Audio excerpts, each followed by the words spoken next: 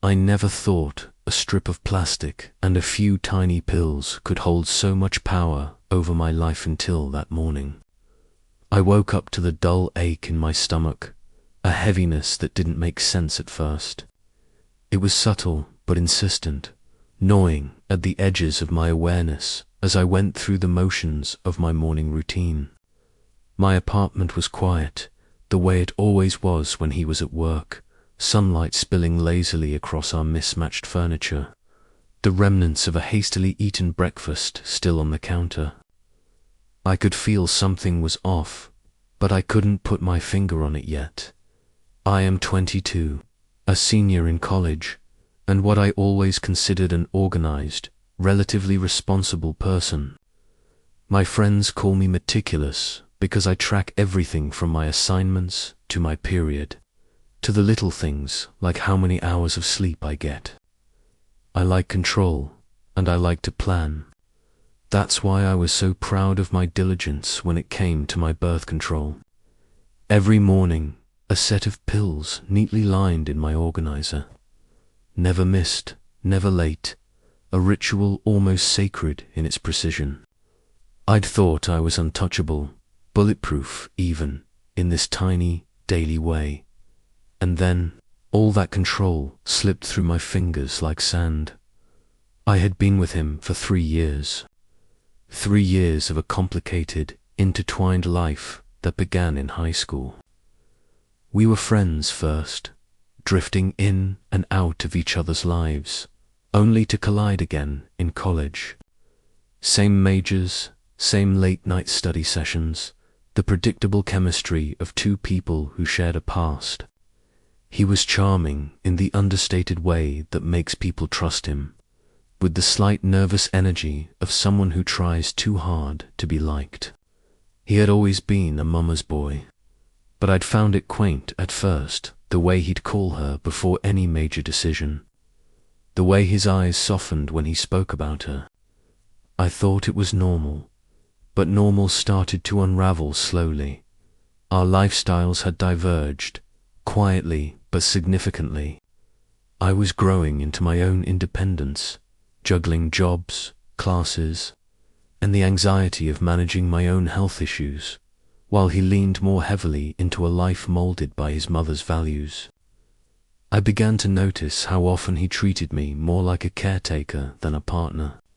Dishes left undone, bills forgotten, and small but telling moments of irresponsibility that used to be endearing started to feel like anchors tied to my patience. Then there was his mother. She had always been kind, but lately I felt her presence more as a shadow than a supportive figure. Subtle, insidious remarks dropped when we were alone. The joy of motherhood is like nothing else. You'll understand someday, she'd say with an innocent smile, her hand brushing the table like she was planting seeds in my mind. Or, once you have a baby, everything else falls away. They're little miracle workers, comments that made my stomach twist. Comments that, at first, I brushed off as harmless advice. But in retrospect, each one was a thread woven carefully into a larger, unseen pattern. I kept meticulous records for myself, a weekly pill organizer, a stack of empty blister packs tucked into my nightstander, strange habit I'd picked up from my father, who had been obsessed with preparedness. What if I need it later? I'd tell myself, not realizing that this small act of hoarding would later become the evidence that turned my world upside down. I took my pills with my other medications, routine, unthinking, trusting in the system I'd built around me. A couple of weeks ago, the first sign that something was wrong appeared. My period didn't come. I felt a flicker of unease at first, rationalizing it as stress or diet changes. But after a week, the knot in my chest tightened. I bought a test, hands shaking, stomach sinking, and stared at it like it was some cruel optical illusion. And there it was, the second line, the undeniable, impossible terrifying truth. I was pregnant. He was at work. My voice shook as I called him, tried to convey the urgency, the panic, the horror I felt. He hesitated, unwilling to leave his office, weighed down by practical concerns like rent and finances. I begged, and maybe it was the desperation in my voice, the rawness that cut through his rationalizations. But he finally came home. I was on the bathroom floor when he walked in, curled up in despair, the remnants of tears and vomit on my skin, my shirt damp from crying. And then he saw the pregnancy test. The sight of it lit up his face. Not a flicker of concern, not a moment of empathy, just a smile, a wide, excited grin that made my stomach turn. "Oh my God, baby, this is great," he said. My hands froze mid-motion, holding nothing but shattered expectations and disbelief. I wanted to scream, to shove him, to make him feel even a fraction of the storm raging inside me. I tried to explain, my words tangled with sobs and spit, that this was not great, that we couldn't handle this, that we were both students juggling jobs, that my health was unstable, that we could barely afford the life we had. My voice cracked, and the room seemed to shrink around me. He didn't meet my eyes. He just kept smiling like some cartoonish vision of paternal bliss. My anger boiled beneath my despair, and in that haze of confusion and fear, I needed space. I told him to leave, to give me a minute to breathe, and then I saw it, a flash of silver foil sticking out of the trash can, the telltale sign of a blister pack. Something I had been careful about, something I knew I had been diligent in taking. I dug through the trash, my hands trembling, and found 7 of my birth control pills at the bottom of the bag, untouched. 7, not missing, not misplaced, just discarded. And in that moment, clarity slammed into me with the force of a hurricane. He had done this. He had taken my control, my agency, and thrown it away. Not even hidden it properly, just careless enough for me to find. My mind reeled. How long had this been going on? How had he known when to do it? I thought back to times I had unlocked my phone and found my period tracking app open. I had brushed it off, thinking nothing of it, but now it clicked. He must have been watching, calculating, and the more I thought about it, the more the subtle influence of his mother made sense. The comments about motherhood, about babies bringing people closer, they weren't harmless. They were part of a plan I had never consented to. I felt every emotion at once: rage, betrayal, horror, disbelief, and, overwhelmingly, stupidity. How could I have been so careful, so meticulous, and yet still so thoroughly deceived? My friends' voices echoed in my head, the ones who had tried to ground me, grow a spine. Leave him. Stop going crazy. Figure your shit out. But the shock, the violation, made it hard to even think straight. I sat there, my back against the cold bathroom tiles, trying to make sense of the chaos, trying to breathe. My parents didn't know. I couldn't tell them yet, not with their strong religious convictions, not with the fear of judgment, not with the terror of their reactions. I felt trapped between worlds, a marionette whose strings had been cut but was still somehow tangled around someone else's hands. I knew, deep down, that nothing would ever be the same. Not our relationship, not the way I saw him, not the way I saw myself. The betrayal was too fundamental, too intimate. And yet, I also knew I had to navigate the storm carefully. I had to think, to plan, to decide not only how to handle the pregnancy, but how to respond to this act of deliberate manipulation. how to reclaim some shred of control over my life when the very foundation of trust had been shattered. The apartment was silent again, except for the faint hum of the refrigerator, a stark contrast to the turmoil inside me. The light from the window caught the edge of the foil blister pack still in my hands, glinting like some cruel symbol of innocence lost. I wanted to scream. I wanted to leave. I wanted to erase everything that had happened. But all I could do was sit, shivering, and let the magnitude of it sink in. In that moment, I realized that this wasn't just about the pregnancy. It wasn't just about the betrayal or the lies.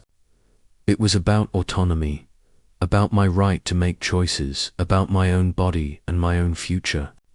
And it was about the fact that someone I had trusted, someone I had loved, had weaponized that trust in a way that I couldn't have imagined. I don't know when exactly I stopped crying. Maybe it was when my arms ached from holding my head. Maybe it was when the nausea passed, leaving a hollow pit in my stomach. But somewhere between the realization and the fear, a strange clarity emerged. If I wanted to survive this, if I wanted to survive him, I would have to be smarter, stronger, and more unyielding than ever before. I couldn't let this define me. I couldn't let it trap me. I had to figure out my next move, but first, I had to understand the battlefield. The enemy was closer than I had thought. The betrayal was more intimate, more personal than I could have imagined. And my fight, whether I liked it or not, had already begun. The days after that discovery were a blur of anxiety, planning, and gut-wrenching doubts. I left our apartment and stayed with my parents, hiding the full extent of what had happened. I couldn't face him, not yet. I needed space to think, to breathe, to untangle the web of betrayal he had spun around me. The quiet of my childhood bedroom should have been comforting, but it wasn't.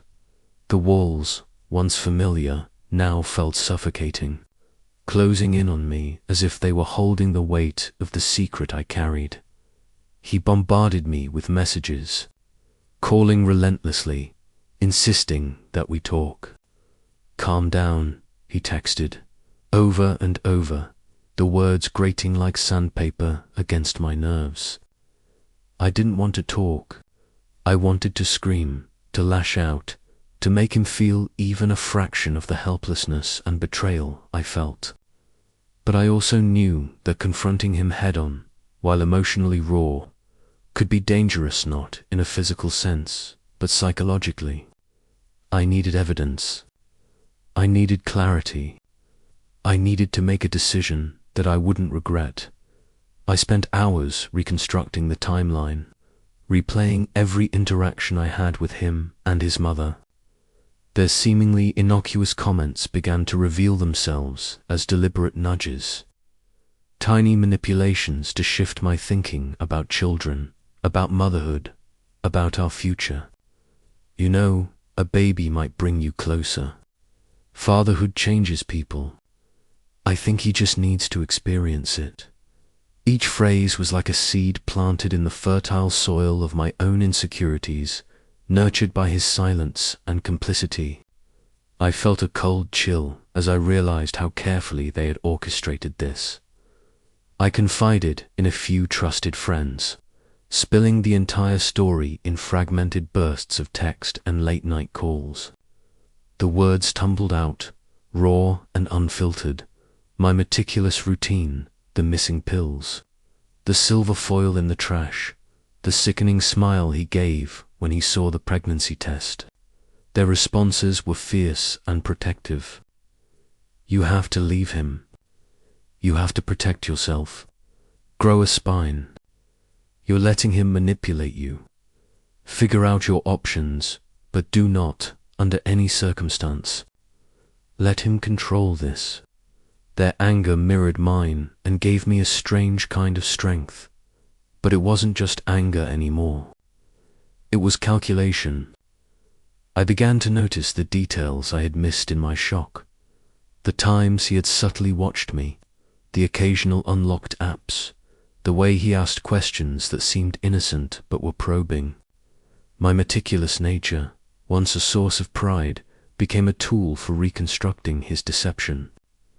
I knew I couldn't let this go unanswered. He had crossed a line so personal, so intimate, that it demanded more than just confrontation. It demanded strategy.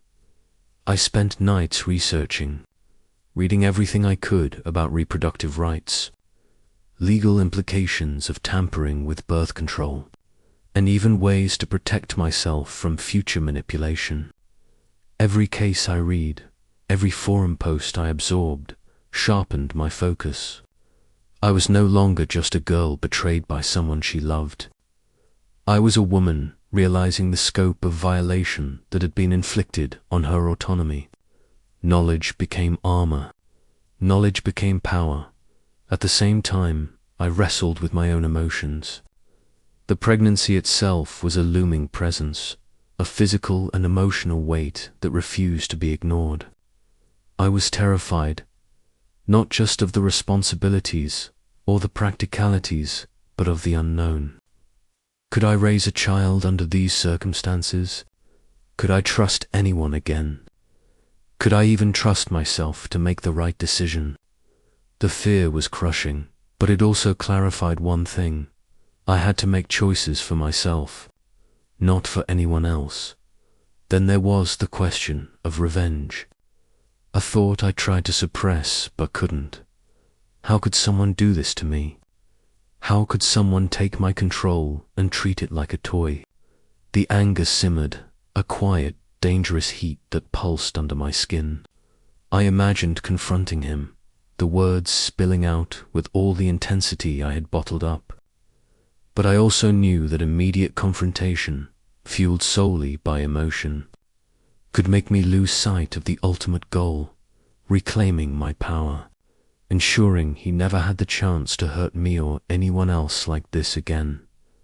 I began to observe him from a distance, monitoring patterns, piecing together behaviors that had seemed normal but now struck me as suspicious. I realized the level of premeditation involved, tracking my ovulation, selectively discarding pills, the subtle encouragements from his mother.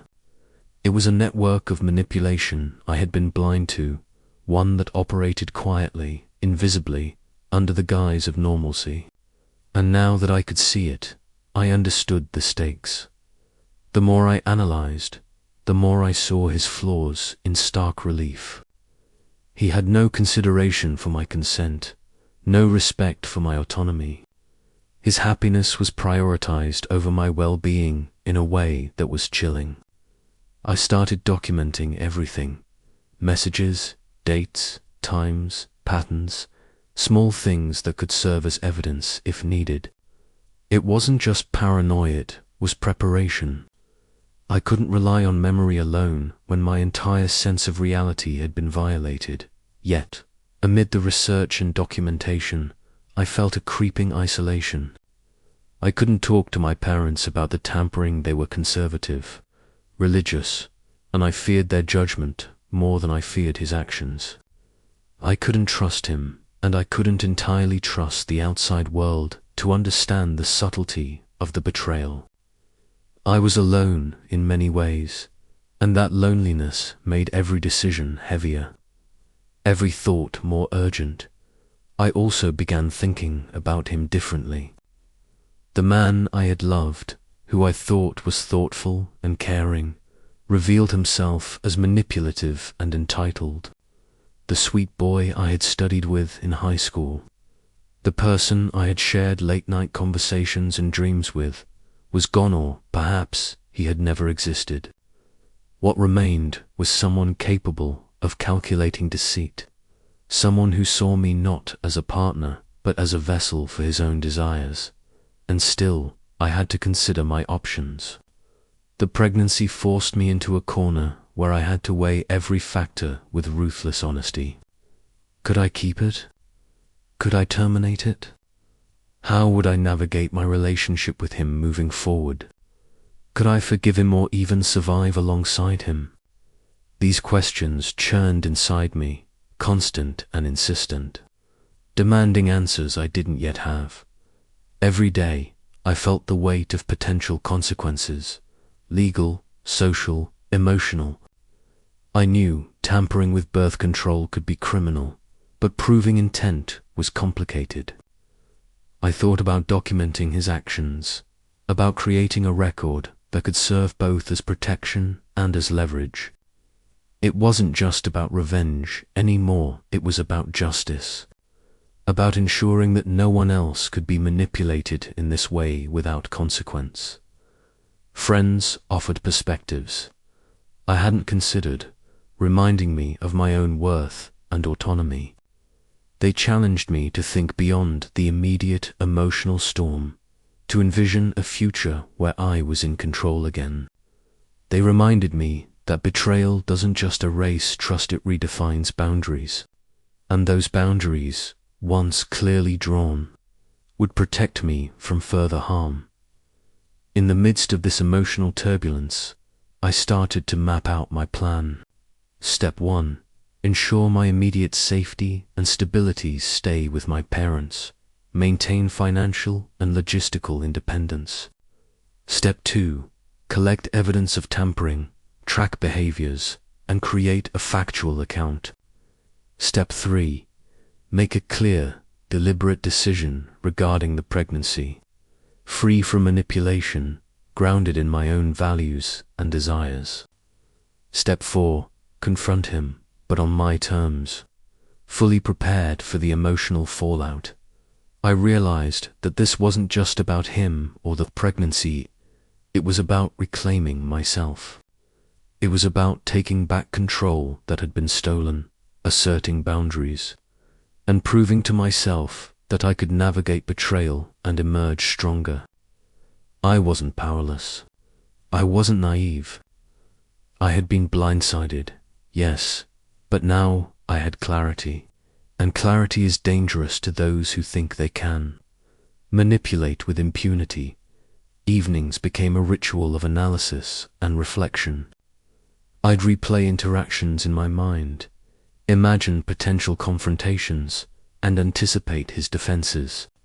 Every nuance mattered: tone, timing, phrasing. I began to understand that the manipulation wasn't just physical, it was psychological, embedded in a network of control that extended from him to his mother. Recognizing it gave me a strange sense of power. I could see the strings. I could plan my moves as the days stretched on. The pregnancy became more than a looming crisis, it became a symbol of everything at stake. It represented my autonomy, my ability to make choices, and my capacity for resilience. It forced me to confront fear, anger, and grief in equal measure. And through it all, the simmering thought of revenge lingered, not as a reckless impulse, but as a measured possibility. I began to envision scenarios, confronting him with evidence, setting firm boundaries, involving legal measures if necessary. I imagined taking control of the narrative, reclaiming my story, and ensuring that the manipulation and deceit would not stand unchallenged. The anger, once raw and destructive, transformed into a strategic tool, sharpened by analysis and foresight. By the end of the second week, I had built a framework for action. I wasn't ready to reveal everything, not yet, but I was ready to observe, to record, and to plan. I was ready to step out of the role of victim and into the role of someone who could respond deliberately, decisively, and, if needed, ruthlessly. I was still scared. I was still hurt. I was still grappling with the betrayal and the betrayal's ramifications. But I was no longer powerless. I was thinking, calculating, preparing, and that meant the next chapter, whatever it held, would unfold on my terms. Confronting him was inevitable. I knew that. I could hide in my parents' home, surround myself with friends, research laws, and fortify my emotional defenses. But eventually, I would have to face him. And when that day came, I wanted every detail, every word, every reaction meticulously accounted for. I wanted to see the truth in his eyes, without the distraction of denial or charm. It began one rainy evening. I let him in, though only after making him wait outside for what felt like hours. The cold rain dripping off his coat and into the doormat. He was anxious, fidgety, like a schoolboy caught in a lie. The apartment smelled faintly of damp fabric and the coffee we'd abandoned in our cups hours ago. I led him to the living room, sat on the edge of the couch, and faced him. The evidence was laid out on the table between us, the discarded pills, the messages, the timeline I had meticulously reconstructed. Every interaction mapped out in my notes. I found them, I said quietly, almost under my breath. My hands were steady, my voice deliberate. The words carried a weight that made him flinch. All 7 of them. At the bottom of the trash. I know what you did. His eyes widened, a flicker of fear or maybe surprise, but it was brief. What do you mean? He asked, though the tremor in his voice betrayed him.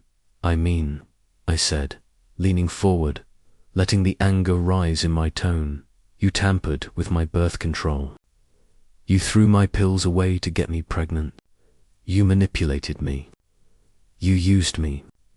And you think you can just smile through it. The silence that followed was suffocating. He opened his mouth, closed it again, and then tried a weak laugh. It's not like that, he stammered. I didn't mean you didn't mean. I interrupted, voice rising. Do you understand what you did? You violated my trust, my body, my future. How could you even think that was okay? My chest heaved, a mixture of rage and adrenaline. I could feel the power in my own words, in the way I had prepared this moment. The way I had planned the confrontation down to the tone of my voice. He tried to argue, to deflect, to claim ignorance. But the evidence was undeniable. The pills, the pattern of manipulation, the subtle monitoring of my cycles all pointed to a premeditated act. And as he faltered under the weight of proof, I saw the first cracks in the facade I had loved, trusted, and ultimately been betrayed by Dot. Then came the revelation that cut even deeper. I realized that his mother's involvement was more than suggestion. It was guidance. Her comments, the gentle nudges, the calculated mentions of how motherhood changes people, they had been instructions, not advice. He hadn't acted alone. The betrayal extended beyond him, into the very family I had once considered harmless, into a web I hadn't even realized I was caught in.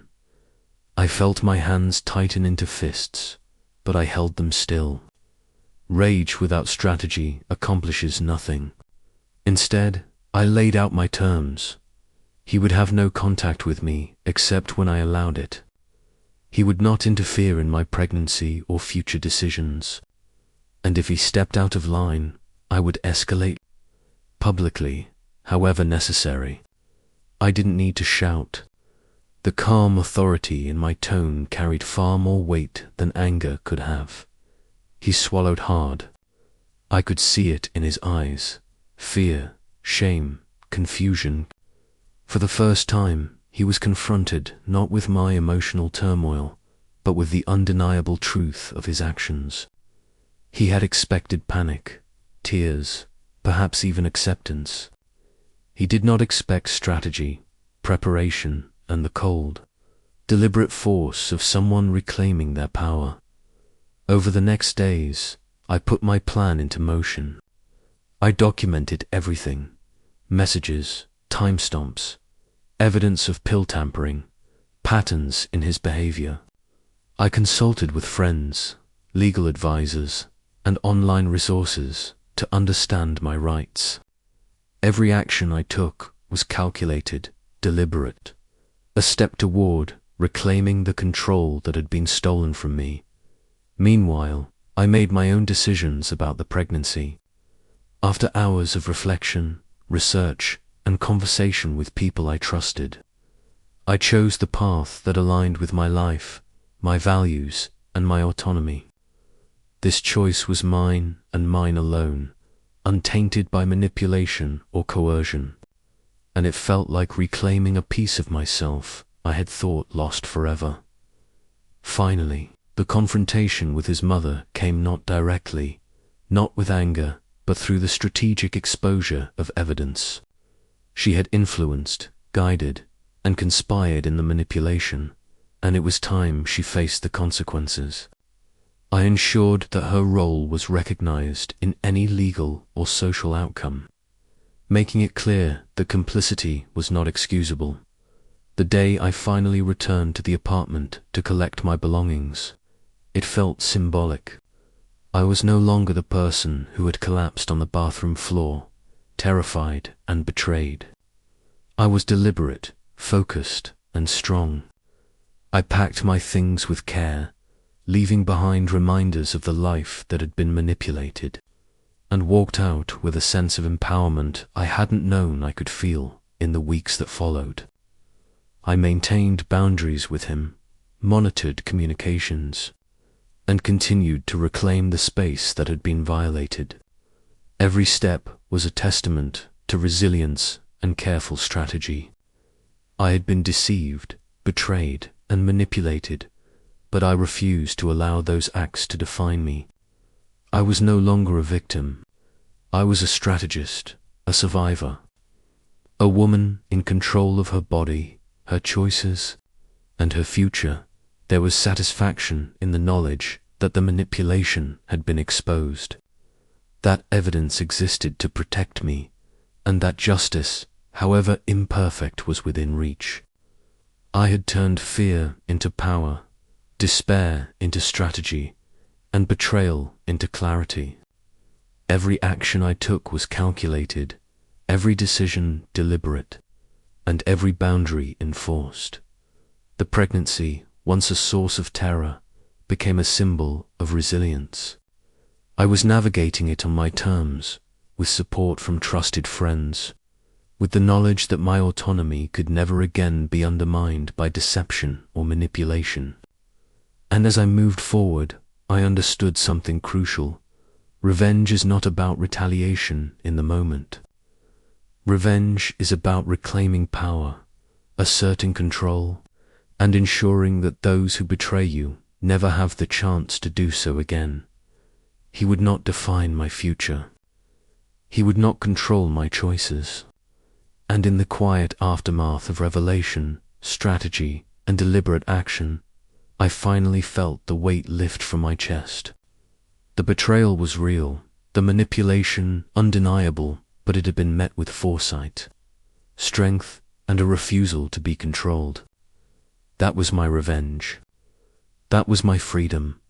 And as I stepped into the next chapter of my life, fully aware, fully prepared, I carried with me the certainty that autonomy, clarity, and calculated resolve are the only true forms of power when faced with those who seek to manipulate and betray.